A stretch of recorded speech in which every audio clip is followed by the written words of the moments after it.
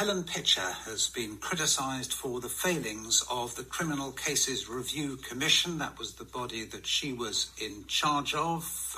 She has now resigned after failings in the Andy Malkinson affair, which saw Mr. Malkinson spend 17 years in jail for a rape that he did not commit. She's told The Times this morning in an interview that she's been made a scapegoat.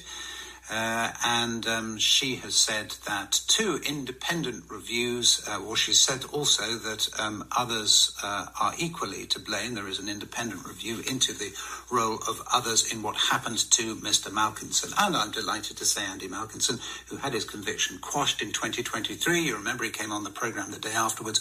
Well, he's on the line now. Morning to you, Andy. Good morning, Justin. She is a scapegoat, she says. Yeah, well, She's been complaining that she's been made a scapegoat, Justin. But I was made a scapegoat. She has been made accountable, actually. And I feel vindicated. What difference does her resignation finally make to you? The difference is it's the beginning of, hopefully, a root and branch reform of the CCRC. Because the entire culture is tainted, I think. Did she, because she makes the point in her resignation letter that the first time your effort to get out was turned down, she wasn't in charge. Do you think it is legitimate for her to say, well, I wasn't there for the whole of this, and in the end he was let out, as she puts it, on my watch? Well, possibly, but that's not true. In fact, Appeal did all of the work that Ms. Pitcher has claimed credit for. And this has made everybody here quite angry, and I feel quite emotional about that.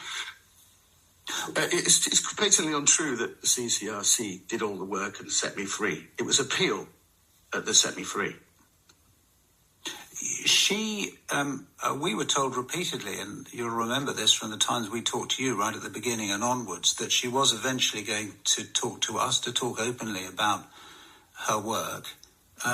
She has now given an interview to The Times, but she still hasn't talked to us. If she had handled this differently, if she had said more about the case right at the beginning, would you feel differently about her? In other words, is it what happened during the time you were in prison, or is it what has happened since then and what she's said since then? Well, both. It's the entire culture of... It's not our fault. We're blameless, and we're doing the best possible job. This narrative is just completely untrue, Justin, and it has to be reformed. Just reformed, because it's the static culture there that is the biggest problem. I think there are lots of problems. And just a final thought from you, Andy, because people have your well-being very much in their minds, and without going into all the details, because the details are legal, but. Have you yet received any compensation for those 17 years in jail? No, nothing yet. And I'm still waiting. I don't understand why. From this vantage point, it looks like I'm just waiting for a signature, which seems a little silly, and it's causing, this is not a complicated case. Everyone agrees I'm innocent, so why don't they just send me an interim payment so I can pay my bills and travel and not be dependent on, the government, the Department of Work and Pensions? It seems quite silly. Andrew, thank you very much for talking to us again and listening to that. James Burley, Andy's lawyer, who's here in the studio. Morning to you. Well, what do you make of what Helen Pitcher has said? Because she says not only that she's a scapegoat, but also she says at least some of the handling of this case was before she took over. And she also says, and this is quite a crucial point, she says, who's going to want to do this job if this is the way you're treated? Yeah, I just don't buy any of that at all. She's made several significant omissions in that resignation letter. She was there in charge for the second refusal of Andy's application. And on top of that, she was in charge during the third review when, in fact, as Chris Henley revealed during his review, they were seriously considering rejecting Andy's case for a third time. This is the barrister who looked into this. Exactly. And she completely omits to mention that he made some very specific criticisms about her conduct in all this.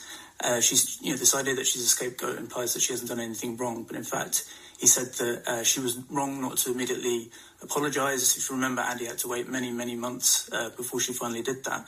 And on top of that, he criticised her for making misleading public statements in which she wrongly sought to take credit for Andy's exoneration. And she seems to have repeated that in this letter today, which to me suggests, she really feels no genuine contrition at all. And it completely vindicates the Justice Secretary. Well, she says on that, the original rejection of Mr Malkinson's appeal was almost a decade before my time. On my watch, she says, armed with new DNA evidence, which we commissioned, we were able to resolve the situation and set Mr Malkinson free. Yeah, I mean, she's trying to rewrite history there. We commissioned the DNA testing in this case. They finally, after we did that... So hang on a second. She says new DNA evidence which we commissioned. That you're saying is not right. Yeah, I'd refer you to the Henley report in which he clarifies this. All the critical testing was arranged by us. The one thing the CCRC did, which we didn't have the power to do, was arrange a search of the DNA database, which resulted in a match. The CCRC also didn't uncover the disclosure failings in the case, which was something that, again, we did. What now? Because the government is going to have, she says, government is going to have a difficult job finding someone to do this. What should this person be in terms of qualifications, but also more crucially, I suppose, in the wider sense of the office and the resourcing of the office? What should the government look at? So I think three things in terms of the new leader. It's got to be someone who's got a track record of fighting injustice. It's got to be someone who does the job full time. If you remember, Helen Pitcher was only working 2 days a week, and I don't think that's really good enough. And then the third thing is it's got to be someone who inspires the confidence of the public, and in particular people like Andy Malkinson, people who've been directly affected by wrongful convictions. And so I really hope that people like him will be consulted in the recruitment process. That's the only way we're going to get a good leader.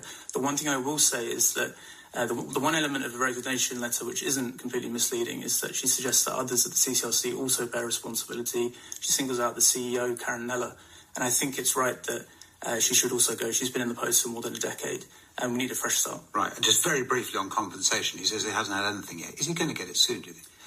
I mean, that's in the government's hands. I think really he should have already had some money by now, because he's trying to rebuild his life and he deserves the resources to do that. James Burley, thank you. It's 20 to 8.